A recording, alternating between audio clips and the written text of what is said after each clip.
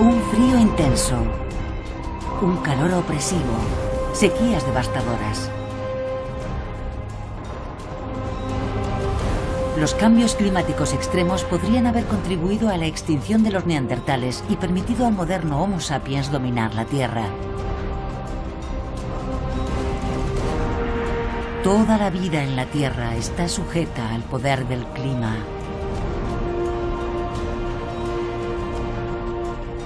Las civilizaciones evolucionan o desaparecen para siempre.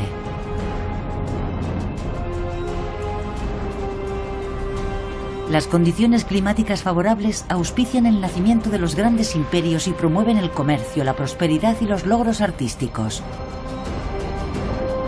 Los acontecimientos climáticos adversos a menudo llevan a la guerra y a otras catástrofes humanas.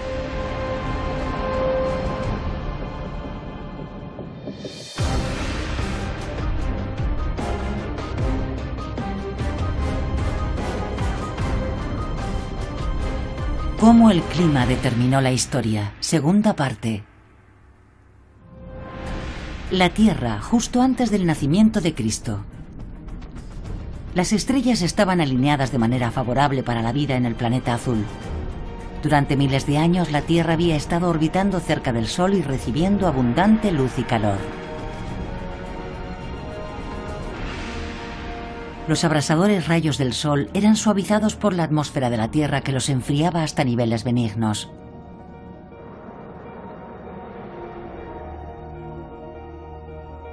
Además de mucha luz solar, también había lluvias regulares.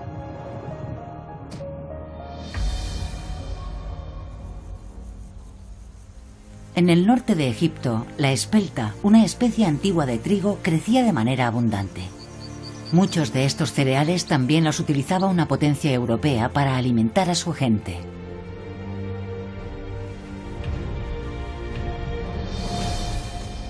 Roma era el centro de un vasto imperio.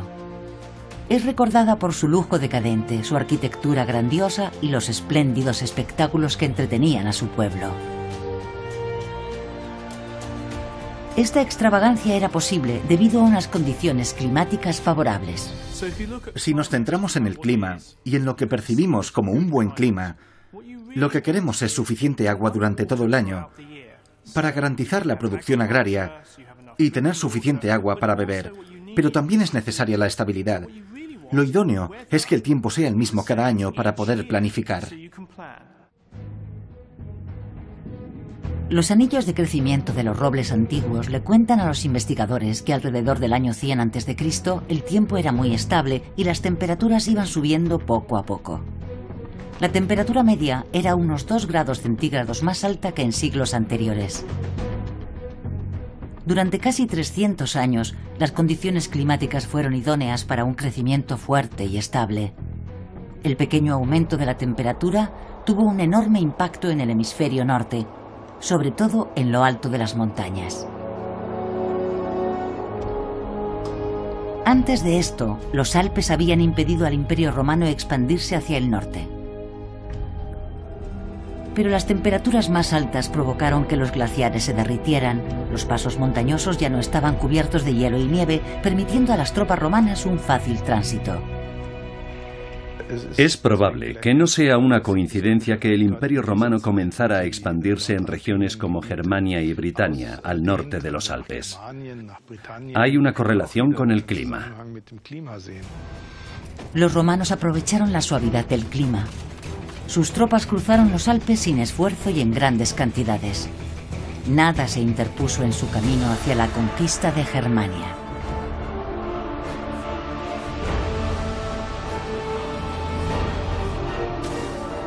Una vez cruzados los Alpes, sus superiores técnicas de combate hicieron invencibles a las legiones romanas. Atacaron región tras región. Las tribus germánicas no tuvieron la menor oportunidad. En el apogeo de su poder, el Imperio Romano se extendía desde Britania hasta el mar Caspio y el Golfo Pérsico, y tenía 50 millones de habitantes.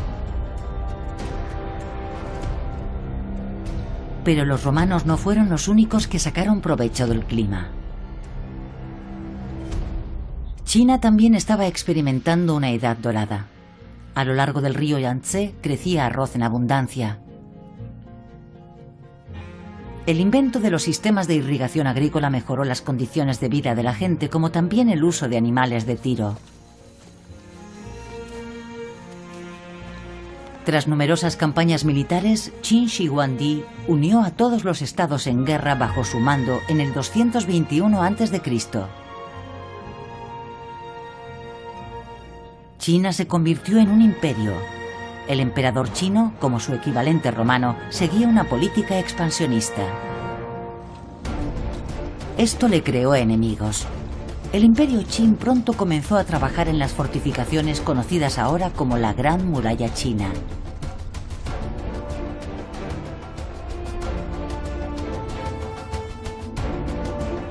El muro estaba construido de tierra prensada y piedra y fue hecho para proteger al imperio de las tribus nómadas hostiles del norte.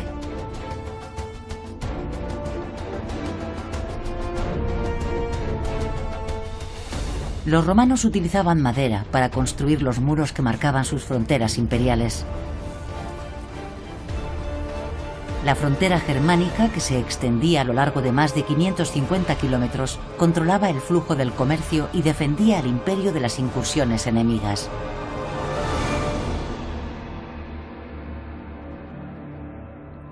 A lo largo de toda la frontera había torres vigías a cargo de legionarios. Pero eso no fue suficiente para proteger a Roma de una larga serie de batallas con las tribus germánicas.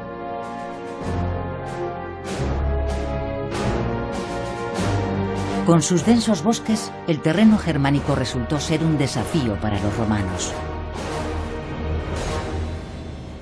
Y no estaban acostumbrados a las fuertes lluvias de estas latitudes septentrionales. En el año 9 a.C., 3 legiones romanas entraron en el bosque de Teutoburgo. Había llovido durante días y el suelo estaba cubierto de lodo. La densa vegetación les impedía marchar en formación de combate. Caminaron directos a una emboscada. Lo mejor del Imperio Romano era su estandarización.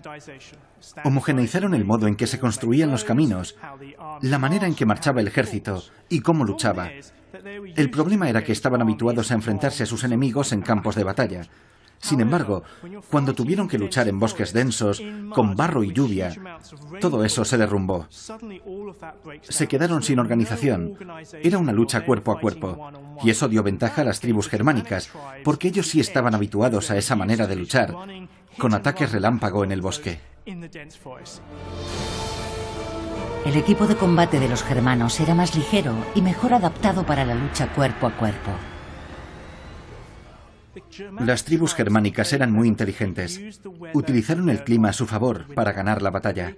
Ellos podían luchar en el bosque, en condiciones pésimas, con enormes cantidades de lluvia y mucho barro. Y ellos sabían que el clima les daría ventaja sobre los romanos, quienes estaban habituados a trabajar en equipo. Y además llevaban armaduras pesadas y usaban un gran escudo y una espada corta. Los legionarios no tuvieron ninguna oportunidad. La batalla del bosque de Teutoburgo fue la mayor derrota de los romanos. Dejaron de creer en su propia invencibilidad y nunca más intentaron conquistar el territorio germánico al este del Rin.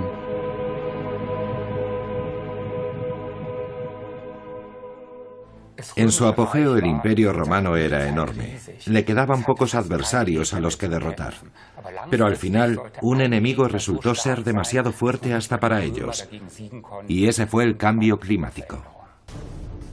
Las fuerzas astronómicas influyen en el cambio del clima. Estas dependen de la órbita de la Tierra alrededor del Sol, de la inclinación del eje de la Tierra y del nivel de actividad solar. Y todo esto varía. A veces la órbita de la Tierra es casi circular y otras es más elíptica. Un ciclo orbital tarda 100.000 años. Durante un ciclo de 40.000 años, el ángulo del eje de la Tierra también cambia. Estas variaciones provocan cambios regulares en el clima de la Tierra, ya que la intensidad de la radiación solar aumenta y disminuye. En torno a la época del nacimiento de Cristo, la radiación solar es probable que disminuyera.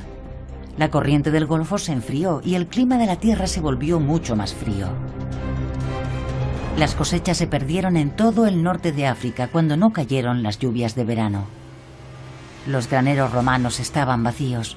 El cambio climático golpeó al imperio en su punto más vulnerable. Si nos fijamos en las dificultades del Imperio Romano, tanto cuando era una república como con los emperadores, lo que más les preocupaba era el alimento. Vemos muchos relatos de revueltas en Roma cuando no había suficiente alimento.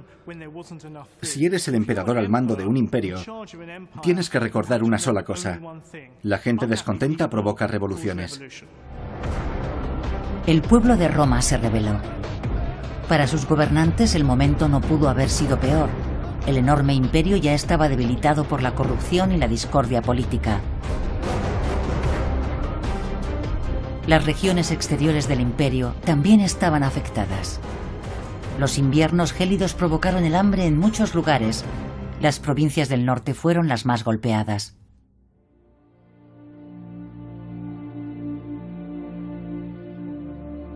Esta momia de los pantanos del norte de Alemania proporciona suficientes pruebas de estas condiciones extremas. El cuerpo del adolescente fue encontrado en 1952 cerca del municipio de Vindeby.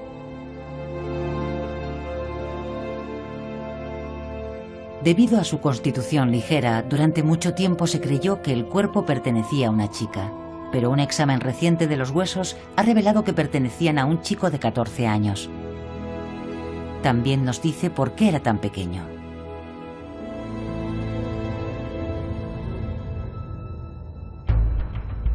Los huesos de brazos y piernas muestran evidencias de mala nutrición durante años. Su crecimiento se atrofió y durante mucho tiempo no creció nada. Durante 12 de sus 14 años, el chico sufrió malnutrición severa. Es probable que muchos otros en Germania también pasaran hambre, ya que el clima frío e inestable hizo más hostiles las condiciones de vida.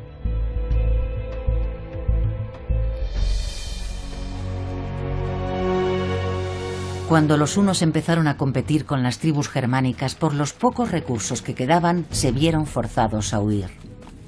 Se inició una migración en masa. Al trasladarse hacia el sur, fueron desplazando a otros.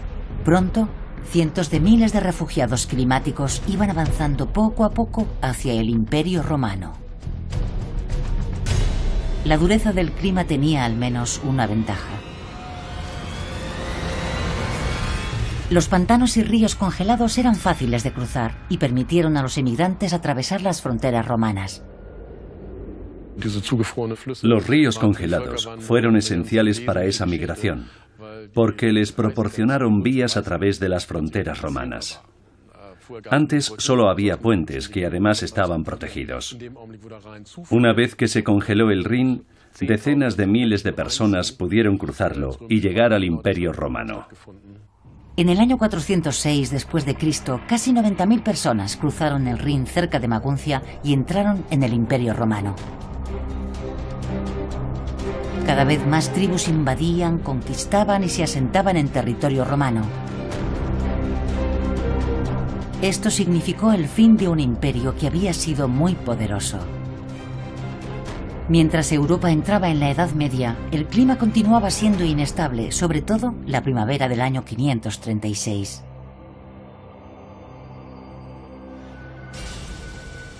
El sol se oscureció de pronto y las temperaturas cayeron. Un erudito bizantino manifestó que el sol emitía luz sin brillo y parecía un eclipse de sol.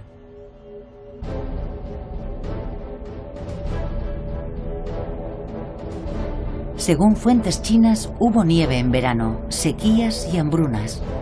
Unos monjes irlandeses también informaron de la pérdida de las cosechas. Durante mucho tiempo, el sol oscurecido siguió siendo un misterio. En la actualidad, sin embargo, la mayoría de los expertos están de acuerdo en la causa. En realidad solo pensamos en el clima cuando cambia de manera repentina. Esto pudo ser debido a una gran erupción volcánica, por ejemplo, que pudo afectar al clima durante años volviéndolo más frío. Un suceso catastrófico tuvo lugar en el año 536.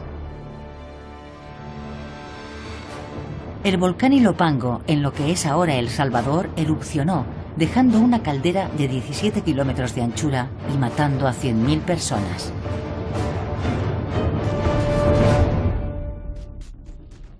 El climatólogo Robert Dahl ve una conexión entre la erupción del Ilopango y el oscurecimiento del sol que se observó en la época.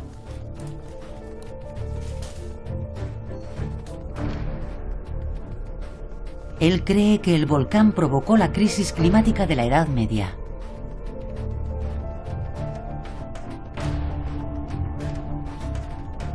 El volcán es en esencia el lago. Lo que vemos aquí es un contorno de toda la zona que explosionó cuando este volcán erupcionó hace 1500 años. Las dimensiones del lago sugieren el tamaño de la cámara magmática en el momento de la erupción. Tiene 270 metros de profundidad, con muros de más de 400 metros de altura. Cubre un área total de más de 72 kilómetros cuadrados. La erupción debió de ser inmensa. Las dimensiones de este vasto cráter son una indicación de que el Ilopango podría haber sido uno de los pocos supervolcanes del mundo.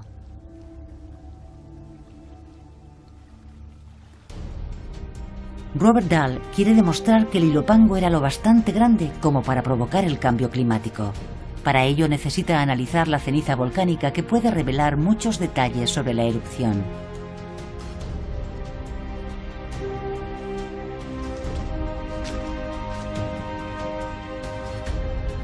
La ceniza del Ilopango todavía puede encontrarse alrededor del lago. En algunos lugares forma enormes acantilados.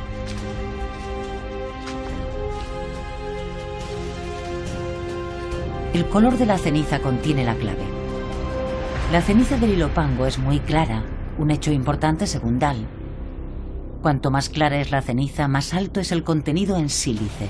Solo las erupciones de alta intensidad producen cenizas que contienen grandes cantidades de sílice. Cuando encontramos cenizas de color claro como estas, es muy emocionante para mí, porque nos dicen que tiene un alto contenido de sílice y que erupcionó de manera explosiva en un instante geológico.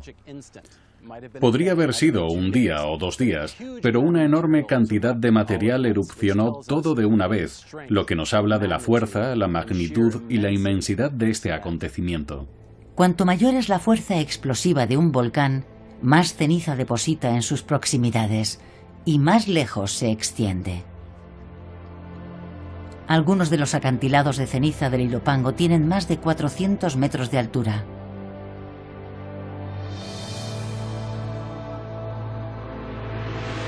Pero Dahl ha encontrado ceniza del Ilopango mucho más lejos.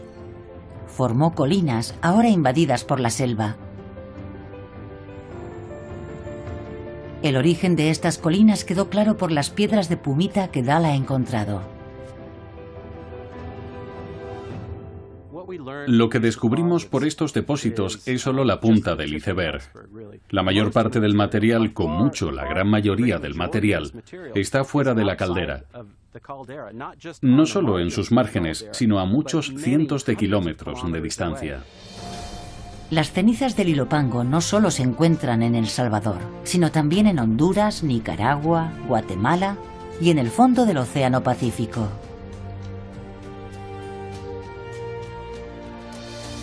Incluso existen muestras de las capas de hielo del Ártico y del Antártico que contienen ceniza de la erupción del año 536. La cantidad de material que expulsó la erupción del Ilopango fue al menos de 84 kilómetros cúbicos.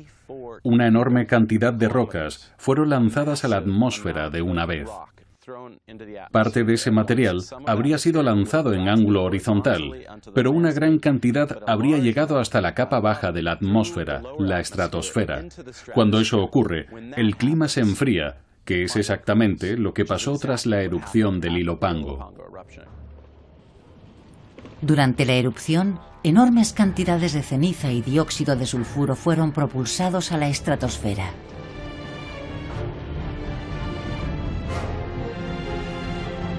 Durante meses, esas finas partículas flotaron a una altitud de 25 kilómetros. El Ilopango está situado cerca del Ecuador. Desde allí, los vientos transportaron la ceniza y los gases sulfúricos a ambos polos, el norte y el sur. En cuestión de semanas, el planeta azul quedó envuelto por una nube de ceniza que bloqueó prácticamente toda la luz del sol.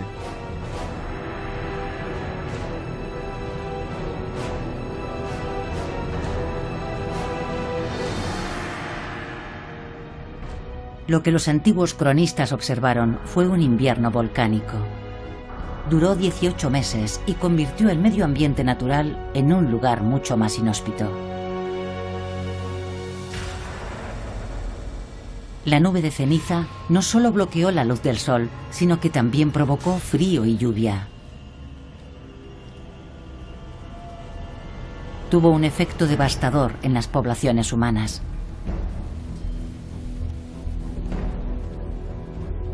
Las cosechas se perdieron, los alimentos almacenados se pudrieron, las personas estaban débiles y hambrientas y sucumbían con facilidad a la peste bubónica.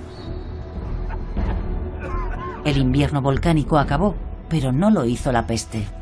Millones de personas se enfermaron. En el siglo XIV, más de un tercio de la población europea cayó víctima de la peste negra. La naturaleza se recuperó con más rapidez que los seres humanos. Tras el invierno volcánico, reclamó su territorio. Solo unas décadas más tarde, densos bosques habían crecido a lo largo de vastas extensiones de Europa. Estos bosques eran parajes salvajes donde la gente solo se aventuraba para que pastara el ganado o para recoger madera.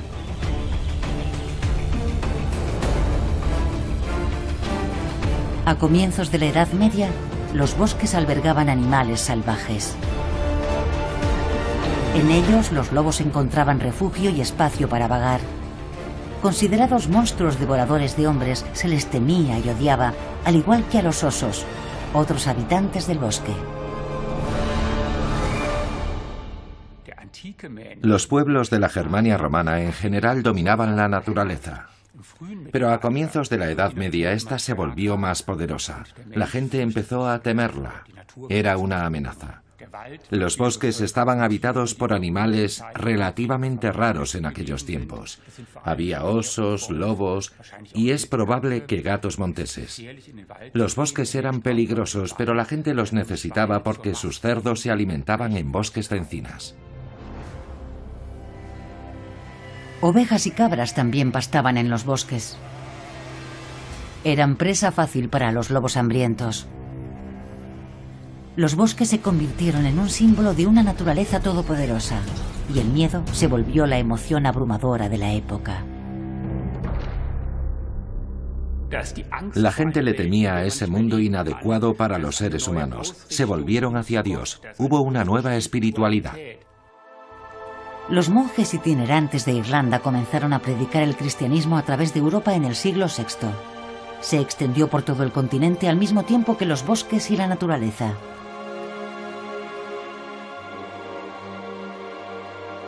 El bautismo daba a los creyentes la promesa de un Dios misericordioso que salvaría sus almas inmortales. Tales enseñanzas le daban a la gente esperanza en esos tiempos difíciles. En China se consolidó el budismo. Los años de sequías devastadoras tras la erupción del Ilopango contribuyeron a la difusión de las enseñanzas budistas. Los agricultores hambrientos hallaron alivio en la posibilidad de renacer en una vida más próspera y feliz. El islamismo se expandió a través de la conquista. Según algunos expertos, los musulmanes comenzaron sus campañas militares tras una larga sequía en la península arábiga. En el siglo VIII, el islamismo llegó a España. Pero las condiciones climáticas no se deterioraron en todas las zonas de la Tierra. Los patrones del clima alrededor del Ecuador eran casi perfectos.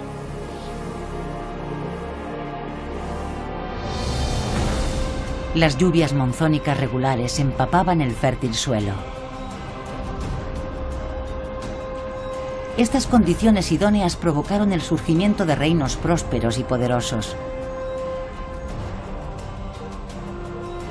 En América Central, los mayas construyeron nuevas ciudades. Muchas de ellas albergaban más de 10.000 personas.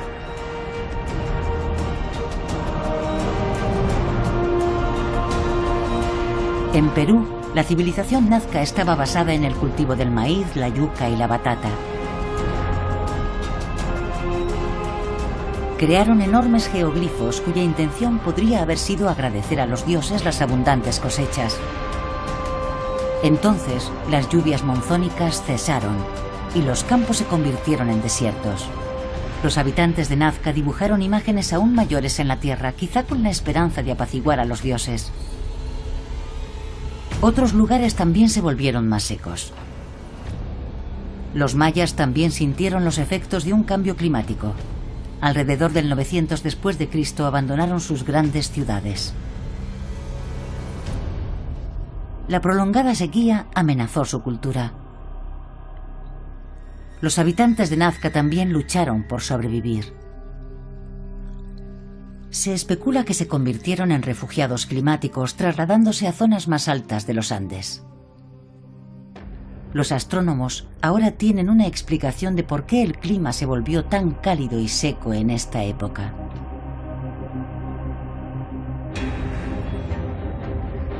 La razón fue la actividad solar. El Sol produce sin cesar enormes cantidades de energía que son liberadas en su superficie en forma de llamaradas solares y tormentas geomagnéticas. Esta energía cálida afecta a la cantidad de radiación que alcanza la Tierra. Una radiación que es fuerte algunas veces y otras más débil. Esto es debido a que la actividad solar siempre está fluctuando.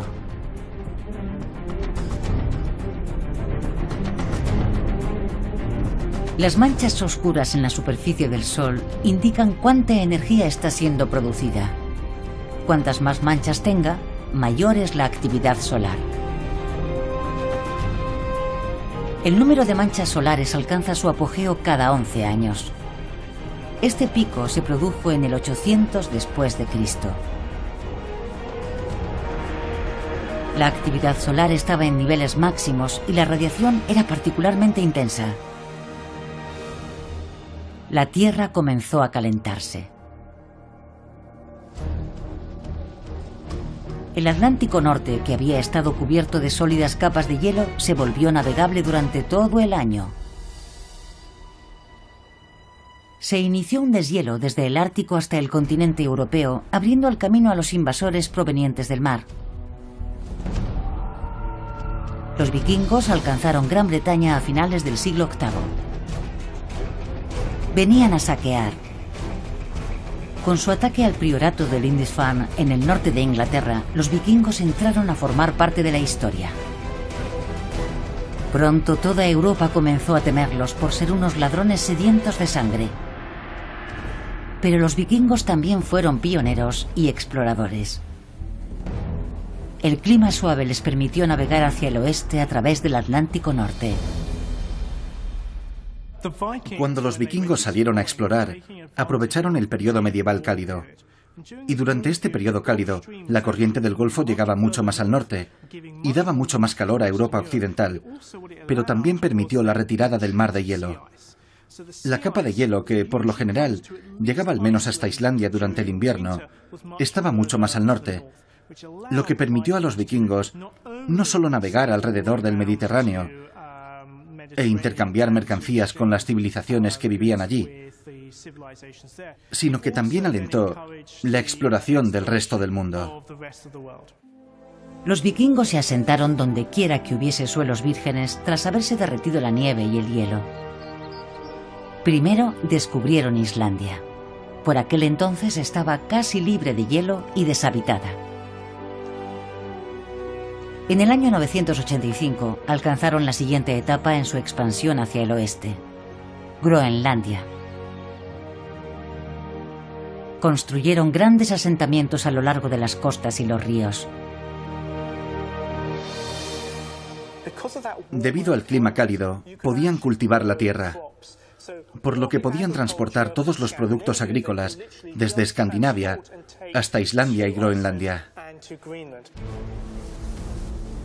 El clima más cálido permitió a los nórdicos realizar otro viaje de descubrimiento aún más osado, cruzando el Atlántico. Alrededor del año 1000 después de Cristo, Leif Erikson llegó a Terranova, casi 500 años antes del viaje de Cristóbal Colón.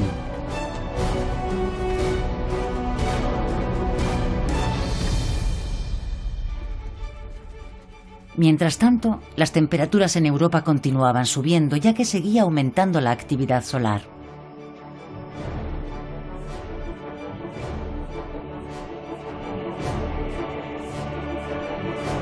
El paisaje se convirtió en un mosaico de colores al subir las temperaturas.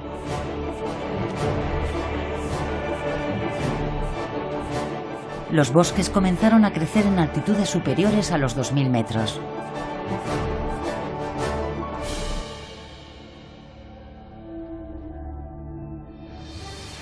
Los cereales y otras plantas podían cultivarse incluso en elevadas altitudes. Los años oscuros de privaciones y hambre habían terminado. Las condiciones para la agricultura eran mejores de lo que lo habían sido durante siglos. Los agricultores empezaron a usar nuevas tecnologías para aumentar la producción.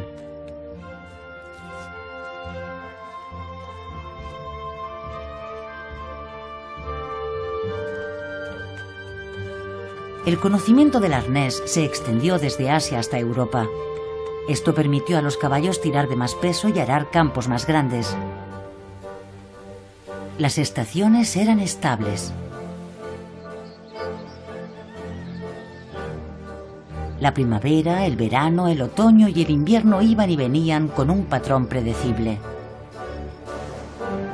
Los primeros meteorólogos fueron refranes populares basados en las observaciones de las estaciones por parte de los agricultores. El cambio constante no es bueno. Con patrones climáticos anuales estables, la gente puede planificar con anticipación y avanzar. La agricultura se hizo más intensiva. Un campo se dejaba en barbecho. Otro era utilizado para legumbres y otro para cereales. Este sistema de 3 campos era mucho más productivo. Los agricultores fueron capaces de producir más de lo que necesitaban, por lo que podían comerciar con sus excedentes. Los llevaban a los mercados de los pueblos cercanos. La demanda aumentó y se pusieron nuevos productos a la venta. Cada vez más comerciantes establecieron negocios. Los mercados de las aldeas crecieron y surgieron prósperos pueblos y ciudades. Esto preparó el terreno para la aparición de un nuevo orden social formado por ciudadanos libres y comerciantes ricos. El crecimiento de las ciudades como respuesta al cambio climático dio impulso al desarrollo social, con una explosión de la cultura y la civilización. Esto sentó las bases del mundo moderno, nuestro mundo. Ámsterdam, Varsovia, Friburgo, Leipzig, La Haya.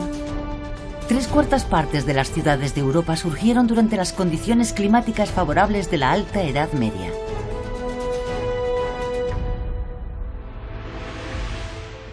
Venecia, con su imperio colonial y una vasta red comercial, abastecía a Europa de productos que procedían de muchas tierras extranjeras. No pasó mucho tiempo hasta que Europa occidental comenzó a usar monedas. Las primeras se valoraban por su peso y más tarde se introdujo el denario de plata.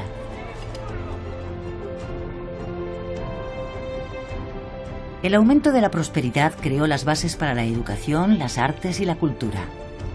Se fundaron las primeras universidades de Europa en Bolonia, París y Oxford. El clima moderado inspiró un nuevo estilo arquitectónico. Las iglesias góticas tenían grandes ventanales para dejar entrar al sol. La construcción de la Catedral de Colonia empezó en el año 1248. Los arcos apuntados y las vidrieras dominan el altísimo presbiterio. Esto permite que la luz fluya hacia el interior de la catedral.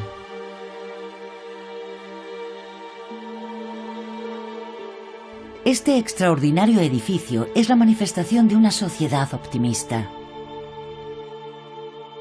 Ya en el año 1250 se habían establecido reinos por toda Europa.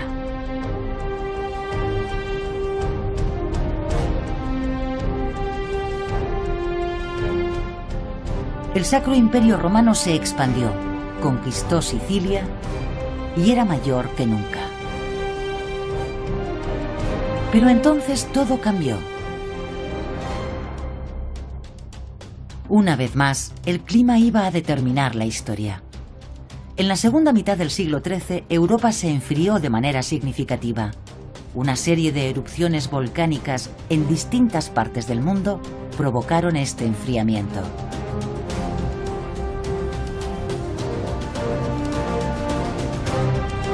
La mayoría de ellas se localizaban a lo largo del mayor cinturón de volcanes del mundo, el Cinturón de Fuego del Pacífico.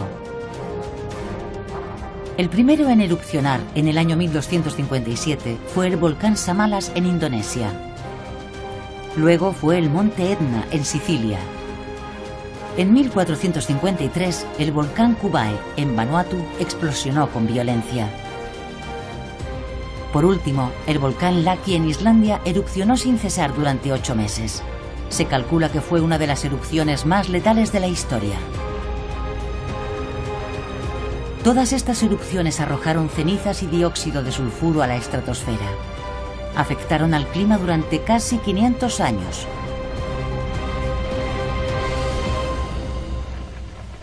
A mediados del siglo XIII se marca el inicio del periodo de frío más largo desde el final de la Edad de Hielo, más de 10.000 años antes.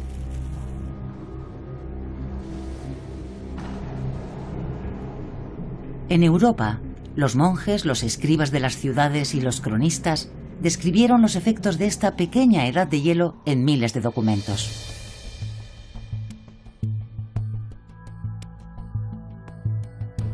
El climatólogo Rüdiger Glaser ha estudiado estas fuentes históricas. Describen de manera vívida las devastadoras consecuencias de los periodos de frío extremo, además de otros desastres naturales.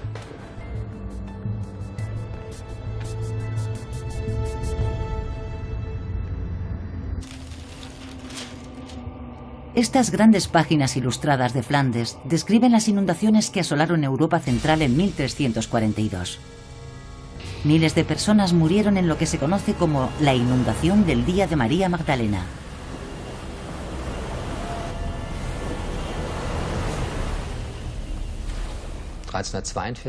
En el año 1342 tuvo lugar una catástrofe hidrológica, la mayor inundación en 1000 años. Fue desastrosa, se destruyeron todos los puentes y hubo enormes desprendimientos de tierras. Incluso en los bosques, que normalmente proporcionan cierta protección, surgieron barrancos, ya que las pequeñas corrientes se convirtieron en torrentes violentos. Hubo destructivas inundaciones desde Colonia a Viena, desde el Rin al Danubio. En Frankfurt, el río Meno se elevó casi 8 metros.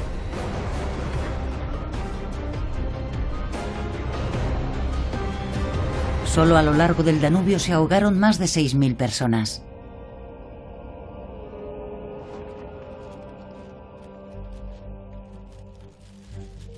Pero las crónicas no solo informan de inundaciones catastróficas. En el verano de 1586, los habitantes de Gante temieron por su vida. Una feroz tormenta golpeó la ciudad. Arrastró a personas e incluso edificios. La aterrorizada población creía que todo esto era obra de fuerzas demoníacas. Pero la terrible tormenta de agosto de 1586 no la provocaron los demonios. Las imágenes muestran figuras demoníacas destrozando edificios enteros. Esto sugiere que la tormenta pudo haber sido un tornado. Las pruebas sugieren que fue un tornado lo que arrasó Gante. La tormenta tuvo efectos a largo plazo en los habitantes de la ciudad porque destruyó estructuras esenciales. A menudo eran necesarias 2 generaciones para reparar unos daños tan grandes. Puentes, molinos y embalses. Había que reconstruirlo todo. La gente creía que Dios enviaba todos estos desastres naturales para castigarlos. Durante los 500 años de la pequeña edad de hielo, las condiciones climáticas hicieron de la vida una lucha diaria por la supervivencia. Cada generación sufrió condiciones climáticas extremas y desastres. Eso afectó a las personas y empezaron a creer que llegaba el día del juicio final. Pero no solo fueron los fenómenos meteorológicos extremos los que provocaron sufrimiento. El problema esencial en la pequeña edad de hielo fue el frío intenso. Después de que la población creciera durante todo el periodo medieval cálido, cuando parecía haber alimento en abundancia para la población, la pequeña edad de hielo tuvo un efecto enorme. La temporada de cultivo era mucho más corta y el clima era mucho más frío. Por ello, encontramos que al inicio de la pequeña edad de hielo se extiende el hambre por toda Europa occidental. Tuvo un profundo efecto en la sociedad y hubo muchísimas muertes por inanición. Los registros muestran que a veces todo se detenía. Esto ocurrió en la ciudad alemana de Augsburgo en 1658. Enero y febrero trajeron tal cantidad de nieve y viento que la gente no podía salir de casa. Y todos los molinos de harina y los aserraderos se congelaron. No se podía hacer ningún trabajo. Los veranos no solo eran demasiado fríos para obtener buenas cosechas, también eran demasiado húmedos. Las lluvias continuas enmohecían y echaban a perder las semillas y las plantas. El hambre mató a muchas personas y debilitó a aquellas que sobrevivieron. Cuando la peste volvió, sucumbieron rápido. La población de Europa, que se había disparado durante la Alta Edad Media, disminuyó en 1/3 en solo un siglo. La gente desesperada buscaba una explicación para su sufrimiento.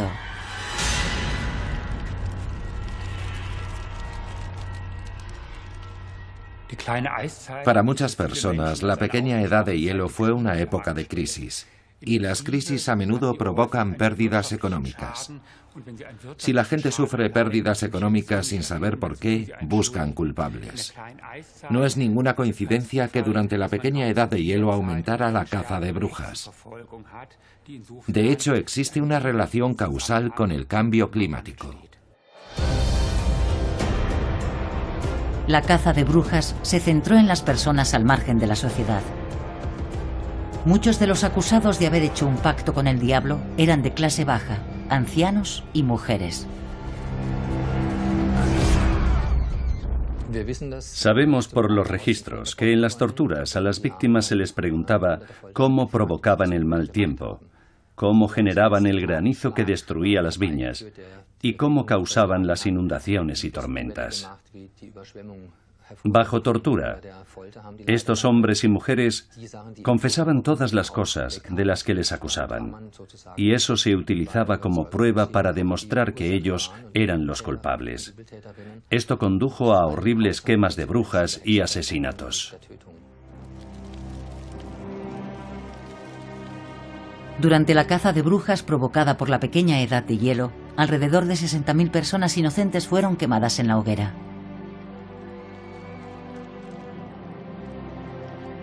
Pero el clima no cambió. Las temperaturas continuaron bajando. Los glaciares avanzaban por todo Norteamérica y Europa.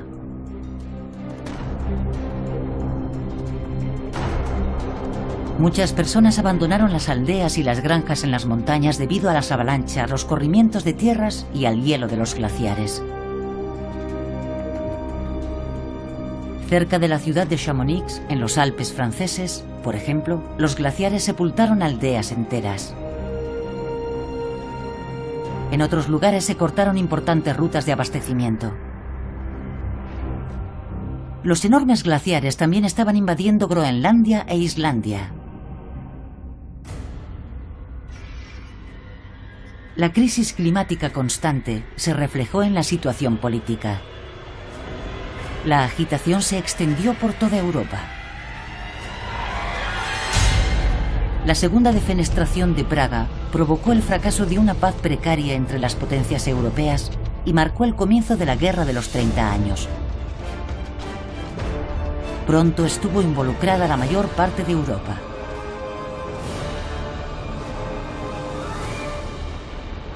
La guerra se libró en su mayor parte dentro del Sacro Imperio Romano. En algunos lugares murieron más de 2/3 de la población, y no solo en los campos de batalla. La mayoría de las víctimas fueron civiles. ¿Cómo murieron? Si observamos las armas de la época, las pistolas y los mosquetes de los soldados eran a menudo más peligrosos para los que disparaban que sus enemigos. El enorme número de víctimas durante aquella guerra, en su mayoría puede atribuirse a epidemias y enfermedades.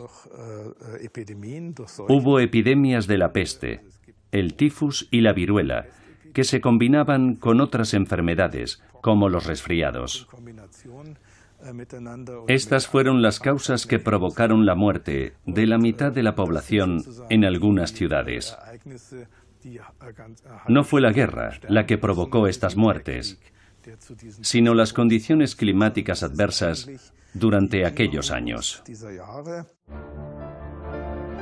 En Francia, el clima frío y húmedo provocó que las cosechas se perdieran repetidamente. En París se disparó el precio del pan y otros alimentos básicos. La situación pronto se agravó. No había abastecimientos fiables, las hambrunas eran regulares y la expectativa de vida se redujo de manera significativa. Los bien alimentados miembros de la aristocracia estaban muy alejados de las preocupaciones de su pueblo.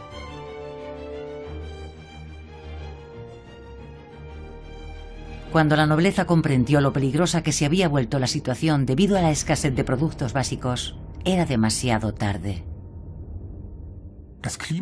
Para los sistemas políticos e incluso para gobernantes individuales, el clima puede ser un desafío enorme. Cuando se pierden las cosechas a causa de unas condiciones climáticas difíciles, el pueblo pierde la fe en sus gobernantes y provoca revoluciones. Esa fue la amarga experiencia de la realeza francesa en 1789.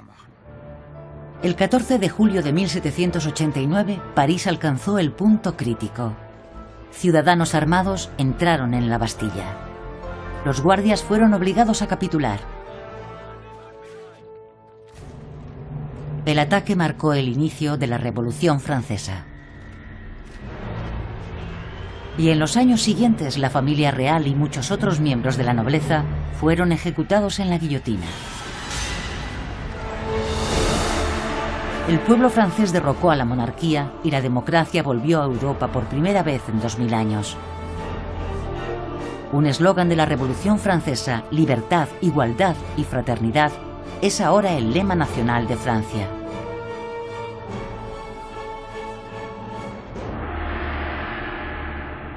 En 1815, la pequeña edad de hielo entró en su oscura fase final, provocada por otro desastre geológico. El monte Tambora en Indonesia erupcionó. La enorme explosión expulsó casi el doble del material que el Ilopango en el año 536, incluidas vastas nubes de ceniza que permanecieron en la atmósfera durante meses. Una gran parte de ese material fue directa hacia la atmósfera superior. Esa ceniza envolvió el globo con una capa de polvo. Y esa capa de polvo reflejaba la radiación del Sol de tal manera que provocó un enfriamiento climático. 1816 fue un año sin verano en todo el planeta. Las heladas y la nieve causaron la pérdida de las cosechas y unas hambrunas desastrosas en Europa. En Alemania, el hambre provocó la primera de las 3 grandes oleadas migratorias del siglo XIX. Miles de personas abandonaron Hamburgo y cruzaron el Atlántico hacia Norteamérica. Luego, las temperaturas se suavizaron. Hacia 1850 comenzó otra vez una fase cálida, con temperaturas estables y moderadas, determinando nuestro clima desde entonces. Justo antes de que comenzara este periodo cálido, los seres humanos emprendieron una serie de cambios tecnológicos y sociales espectaculares. La revolución industrial inició la era de las máquinas. Desde entonces, el progreso tecnológico ha traído prosperidad a las naciones industrializadas, pero también ha provocado cambios climáticos sin precedentes, inducidos por el hombre de una forma alarmante. Los desastres naturales son el modo en que la naturaleza hace sonar la alarma. Nuestro planeta se ha calentado y está luchando para hacer frente al calentamiento global. Durante algún tiempo, los científicos han estado pidiéndonos que reconociéramos estas señales y cambiáramos el rumbo. Estamos en un momento en el que podemos decidir qué tipo de clima queremos tener en el futuro. Si nosotros como colectivo, todas las naciones, reducimos el cambio climático, sería algo extraordinario. Significaría que, por primera vez, en lugar de controlarnos el clima a nosotros, nuestra sociedad global va a controlar y se va a asegurar de que haya un clima estable para todas las generaciones futuras. Todo cambio climático afecta a la vida en la Tierra. El clima determina la historia. Siempre lo ha hecho y siempre lo hará.